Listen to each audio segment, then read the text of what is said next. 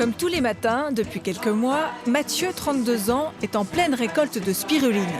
Sous la serre, chauffée naturellement par le soleil, il fait près de 40 degrés.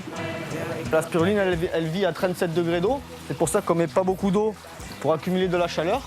Et on assure une agitation et une oxygénation du milieu de culture avec des roues à hobbe que j'ai confectionnées et qui marchent par exemple avec des moteurs d'essuie-glace que je récupère dans les casses automobiles.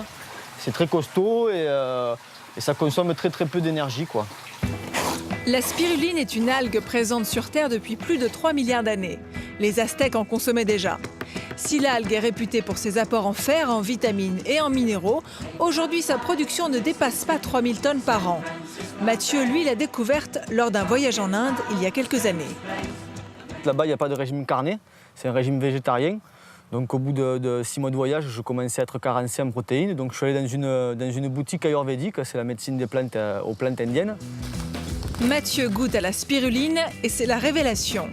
Il rentre d'Inde en pleine forme et décide de monter sa ferme. Bricoleur comme pas deux, il construit 4 serres, des bassins et même un séchoir solaire, avec un leitmotiv, l'indépendance énergétique. Donc on arrive à la partie énergétique de la ferme.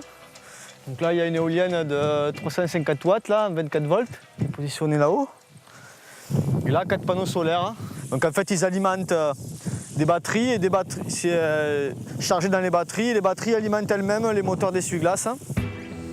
La récolte achevée, Mathieu fait des spaghettis de spiruline que l'on peut consommer fraîches ou sèches.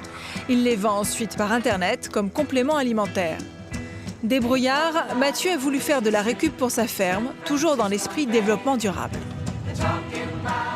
Je vais traîner dans les casses automobiles, dans les ferrailles. Le mât de l'éolienne, il est fait avec un poteau téléphonique.